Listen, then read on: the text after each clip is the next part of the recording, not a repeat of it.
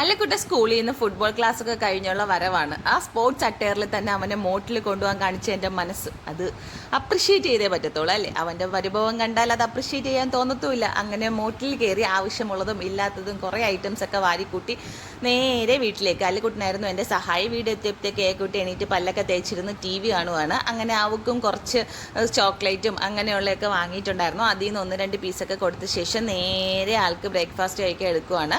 നമ്മൾ ആരും കഴിച്ചിട്ടുണ്ടായിരുന്നില്ല. രാവിലെ പുട്ടും മീൻകറിയായിരുന്നു. അങ്ങനെ രാവിലെ മീൻകറി വെച്ചതിന് വേറൊരു ദുരുദ്ദേശവും കൂടെ ഉണ്ട്. ഉച്ചയ്ക്കത്തെ ലഞ്ചിനും അതിന് എടുക്കാമല്ലോ. അങ്ങനെ ഏകുട്ടിയെ ഇനി ഇത് കഴിപ്പിക്കുന്ന കടമ്പയാണ്. ഏകുട്ടിക്ക് പുട്ടിൻ്റെ കൂടെ മീൻകറി തീരെ ഇഷ്ടമല്ല. അവൾക്ക് പഴമാണ് ഇഷ്ടം. പഴമിട്ട് നമ്മുടെ വീട്ടിലുണ്ടായിരുന്നുമില്ല.